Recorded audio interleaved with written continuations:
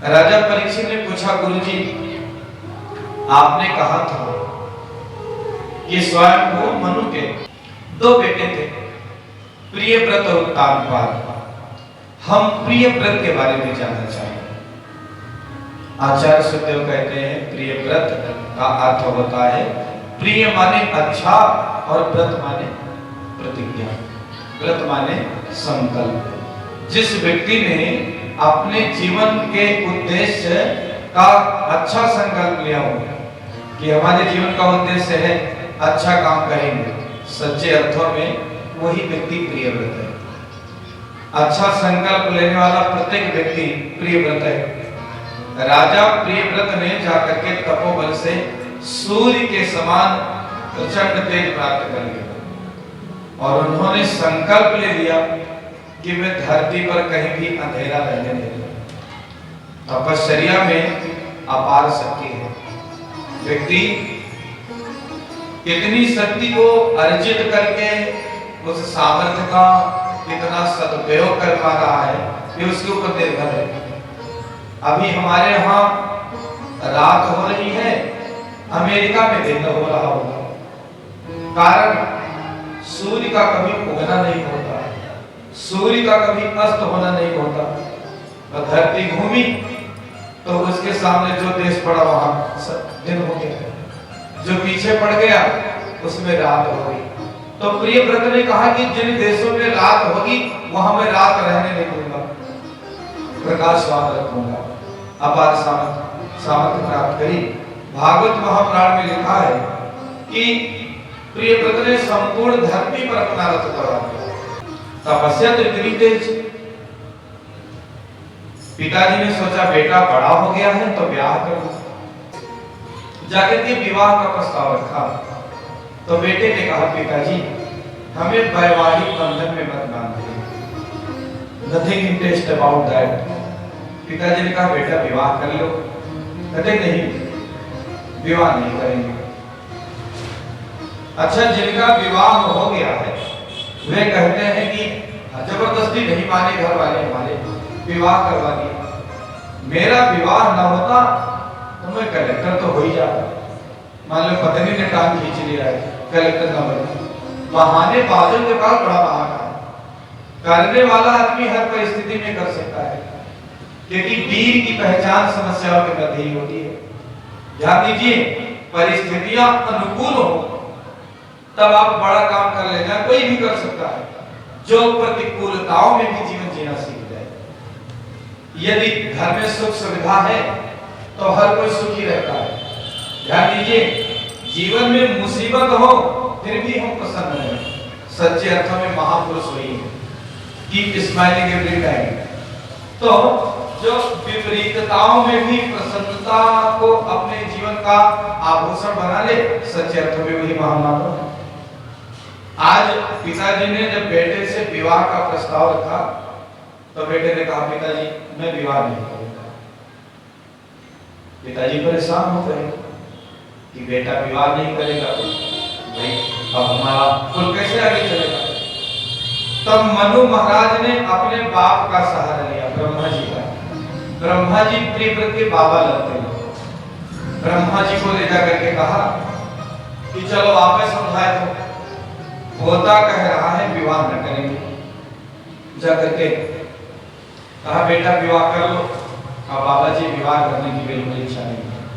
तो ब्रह्मा जी ने कहा बेटा गृहस्थ जीवन से भागने की जरूरत नहीं है, गृहस्थ जीवन में रह करके जागने की जरूरत है।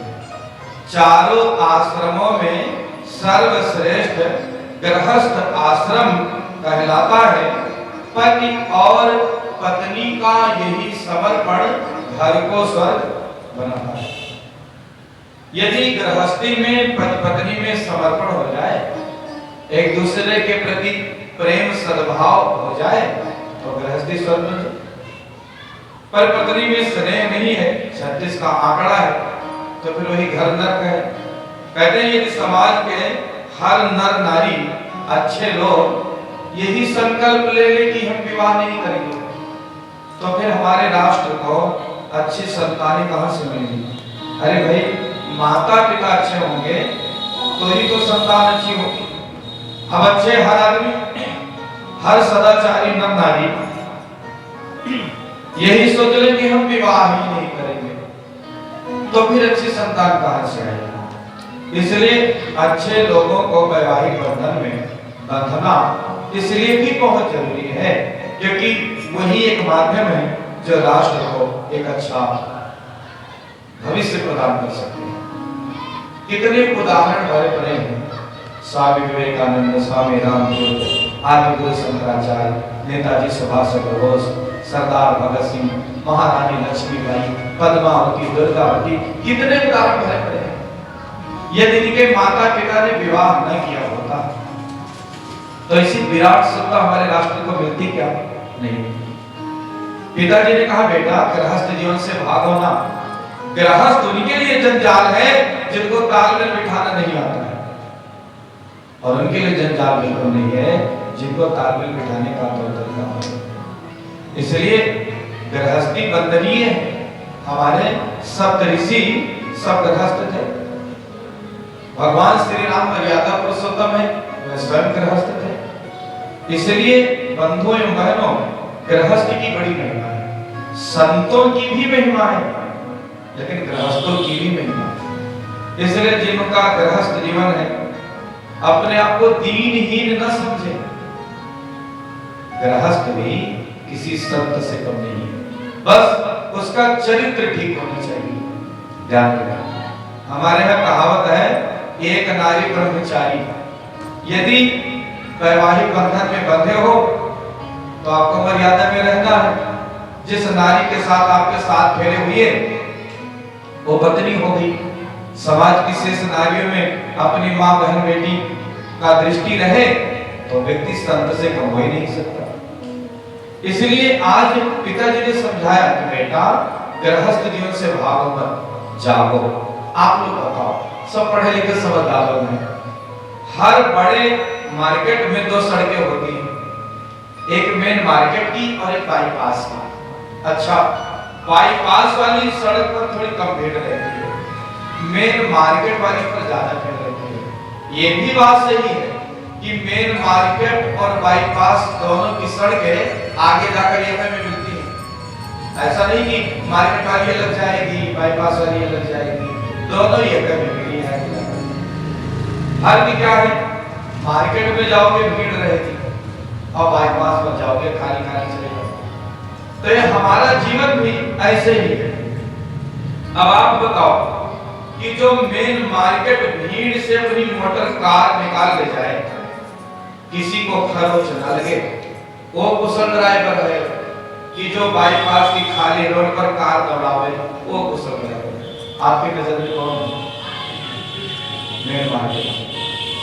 तो मेन मार्केट वाला ड्राइवर कौन है? गृहस्थ आदमी। गृहस्थ आदमी को कितना टेंशन है, दुकान का, मकान का, रोजी रोजगार का, बेटे बेटे के पढ़ाई लिखाई, शादी ब्याह। दिन भर मेहनत करे बेचारे, शाम को लौटकर पत्नी से डांट खाने का भी टेंशन है। और साधु बाबा को कोई टेंशन ही नहीं, वो बाईपास वाले हैं। न दुकान का टेंशन, न मकान का टेंशन, न रोजी रोजगार का टेंशन, न बेटे बेटियों के शादी ब्याह का टेंशन। जहां मिले खाओ, प्रेम से सो जाओ। अच्छा, एक बात और समझ लीजिए, ऐसा नहीं कि संतों के लिए भगवान ने कोई दूसरा लोक बनाया है, गृहस्थों के लिए दूसरा नहीं। दोनों सड़कें एक में जाकर मिलेगी, मेन मार्केट वाली भी और बाईपास वाली भी। तो संत और गृहस्थ आगे जाकर मिलेगी एक जगह। इसलिए संत को भी प्रणाम है, और गृहस्थ को कभी भी अपने को दीनहीन समझने की आवश्यकता नहीं। चारों आश्रमों में सर्वश्रेष्ठ गृहस्थ आश्रम कहलाता है। आज बाबा ने बहुत सुंदर शिक्षा दी है। प्रियवर के मन में समझ में आ गई बात, राजी हो गई और विवाह हो गया। पत्नी आई, समय बीता तो उनके एक बेटा हुआ जिस बेटे का नाम आगनीत है। बेटा सयाना हो गया, पिताजी ने बेटे का ब्याह कर दिया, घर की जिम्मेदारियां सौंप दी और स्वयं विरक्त हो गए। अग्निमित्र ने अपने राजकाज को संभाला और उनके समय में उनका ब्याह हुआ और उनके जो बेटा हुआ उसका नाम राजा नाभी। राजा नाभी को जिम्मेदारी सौंप करके आग्नेय राजा बन को चले गए। राजा नाभी का एक बेटा हुआ जिनका नाम ऋषभदेव।